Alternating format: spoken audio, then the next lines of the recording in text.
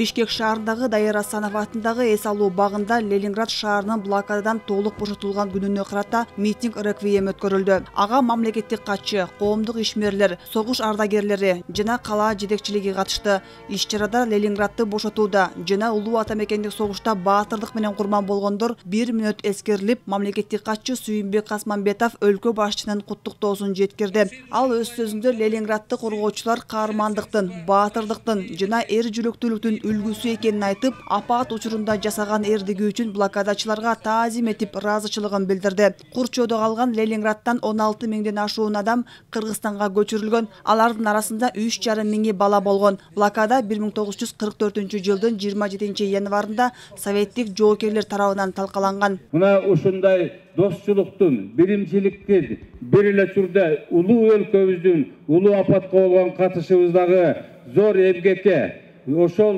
үлгүлүү достукка, ыймандуулукка, бир каармандыктын үлгүсү катары кылымдан кылымга кетери, кылымдан кылымга жашап, келечек буундарга үлгү катары аныкталып турушу керек. Дайыма эсибизден чыгарбашыбыз керек. Бул биздин тарыхыбыздагы эң орчундуу, эң таасирлүү көрүнүш.